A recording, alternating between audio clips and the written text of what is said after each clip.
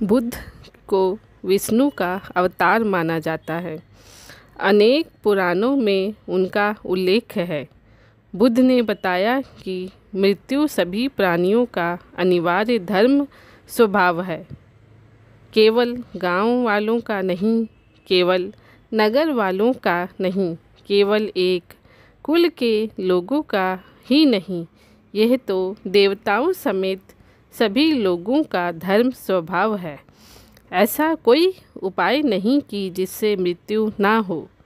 जिसने जन्म लिया है वो मरेगा अवश्य। प्राणियों का स्वभाव ही मृत्यु है।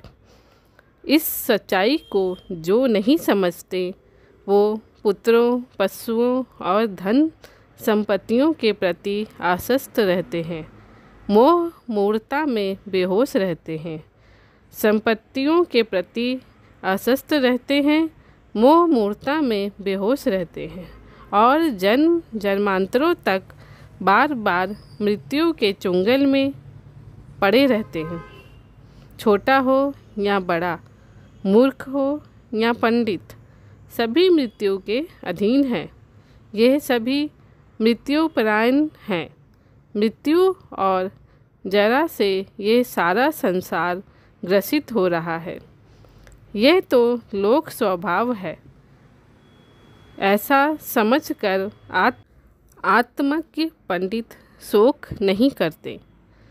बुद्धिमान और विवेकी मनुष्य जरा व्याधि, करण श्रेय और नाश का शिकार होने पर यथार्थ रीति से विचार करता है, यह देखकर कि इस विकार से तो जगत में कोई भी अछूता नहीं बचा।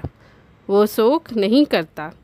वो अपने अंतःकरण से शोक के उस विषाक्त बाण को खींचकर फेंक देता है, जिस बाण से वृद्ध मूर्ख मनुष्य अपनी ही हानि करते हैं। जैसे नदी में एकाएक आई हुई बाढ़ गहरी नींद में सोए हुए गांव को बहा कर ले जाती है, वैसे ही इन प्रमत्त आसक्त लोगों को बार बार मृत्यु बहा कर ले जाती है। पके हुए फलों को जिस तरह डाल से नीचे गिर पड़ने का भय है, उसी तरह जन्मे हुए प्राणियों को मृत्यु का भय लगा रहता है। कुम्हार के गड्ढे हुए मिट्टी के बर्तन का जिस प्रकार टूटने का पर्यवसान हो जाता है, उसी प्रकार प्राणियों के जीवन का मृत्यु में पर्यवसान होता है। कोई इस मोह निद्रा से जागे, अपने भीतर अनित्य बोध जगाए, उदय व्यय का दर्शन करे, तो ही जन्म जन्मांतरों के मृत्यु दुख से सदा के मुक्त हो सकता है। प्रेम या मोहास्त्री से ही शोक उत्पन्न होता है और प्रेम से ही भय। प्रेम से जो मुक्त हो गया है उसे शोक कैसा और फिर भय कहाँ से होगा। इसी प्रकार राग, काम और तृष्णा से शोक तथा भय उत्पन्न होता है। इनसे जो विमुक्त है उसका शोक से क्या संबंध, और फिर उसे भय कहाँ से होगा। 100 वर्षों तक बिना उदय व्यय का दर्शन किए जीने की अपेक्षा उदय व्यय का दर्शन करते हुए एक दिन का जीवन ही अधिक श्रेष्ठ है।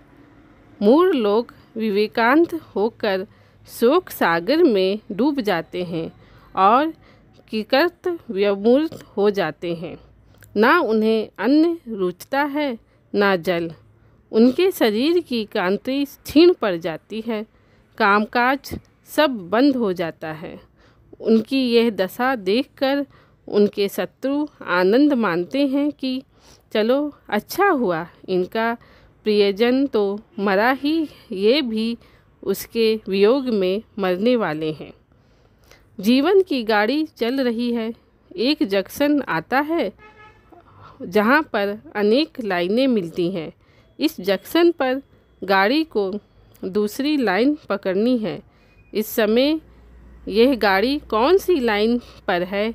मृत्यु के समय इस जंक्शन पर पहुंचने पर जिस तरह का मानस होता है वह चुंबक की तरह खींचकर उसके अनुकूल नई लाइन पकड़ लेगा। मृत्यु के समय का यह निर्णय हमारे पिछले कर्मों के आधार पर होता है।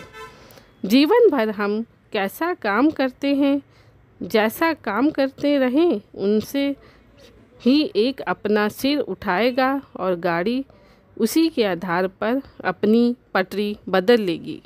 जब कोई व्यक्ति अनित का बर्ताव करने लगता है तो उसके प्रति तिलमिला उठना आसान है।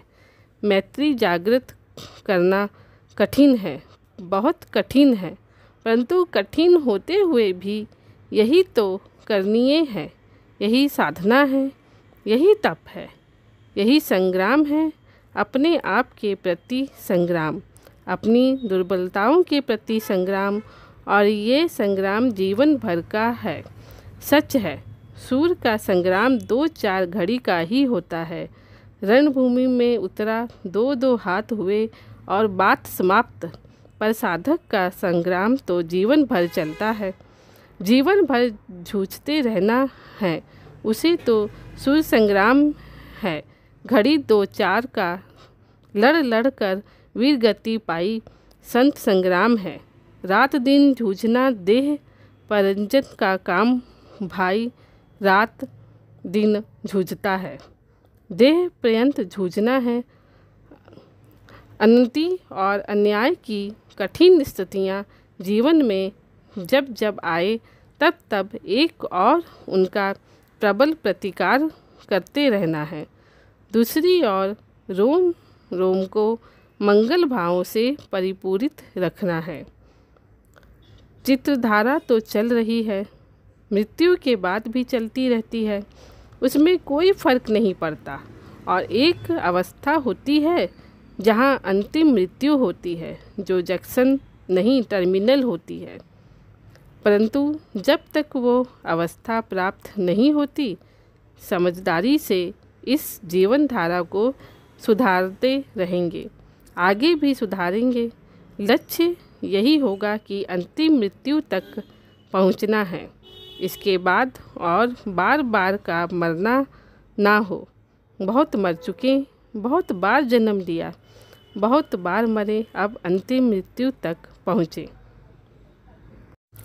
तेल है पर बाती ख़त्म हो जाती है, तब दीपक बुझता है। साथ ही तेज वायु के प्रवाह से बाती पर पानी डालने से या दिया टूट जाने पर भी दीपक बुझ सकता है। अब मनुष्य के शरीर को एक दीपक समझ लेते हैं और प्राण मतलब अग्नि यानी ऊर्जा। सजीवों का देह 4 तत्वों से बना है। पृथ्वी धन रूप पदार्थ यानी मिट्टी, जल द्रव रूप पदार्थ यानी पानी, ईंधन और तेल, वायु अनेक प्रकार की हवा का मिश्रण, तेज ऊर्जा, ताप, उष्णता। इसमें से एक पदार्थ अलग कर देंगे, ऊर्जा और ताप का निर्माण होना रुक जाएगा, मनुष्य निष्क्रिय हो जाएगा। इसे ही मनुष्य की मृत्यु कहा जाता है। धम्म अंधेरे से प्रकाश की ओर ले जाने वाला मार्ग है। धम्म मनुष्यों का उद्देश्य मनुष्य के जन्म के बाद मृत्यु तक कैसे जीवन जीना है, इसका मार्गदर्शन करता है। कौन से कार्य करने से कौन से परिणाम होंगे और मानव जीवन किस तरह से सुखमय और दुखामुक्त हो सकता है, इसका मार्गदर्शन धम्म ही मनुष्य को करता है। तब मृत्यु के भय से मनुष्य मुक्त हो जाता है। धम्म के मार्ग पर चलते हुए शील समाधि प्रज्ञा का समाधान पथ हमें जीवन के जन्म मृत्यु से भी मुक्त कर निर्वाण का साक्षात्कार कराने में सक्षम है। आपको ये कहानी कैसी लगी मुझे कमेंट करके ज़रूर बताइएगा। धन्यवाद।